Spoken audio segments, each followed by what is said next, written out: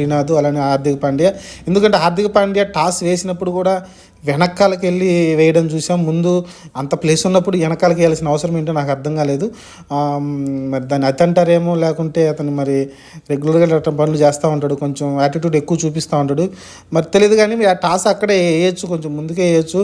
కానీ వెనకాలకి ఇసిరేయడం, ఆ తర్వాత శ్రీనాథ్ వెళ్ళి ఆ టాస్ తీసుకొచ్చేటప్పుడు అది తిప్పి చూపించడం, ఆ తర్వాత అక్కడే డూప్లిసిస్ కూడా కొంచెం ఇట్లా చేతులు చూపించాం ఏంటి ఇలా జరిగిందని.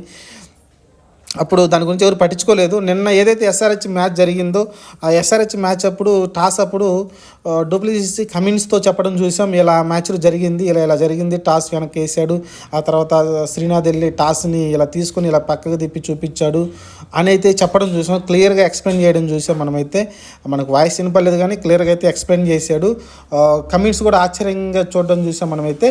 మరి దీనిపైన క్లారిటీ ఇవ్వాల్సిన అవసరం అయితే ఉంది. ఎందుకంటే వరల్డ్లోనే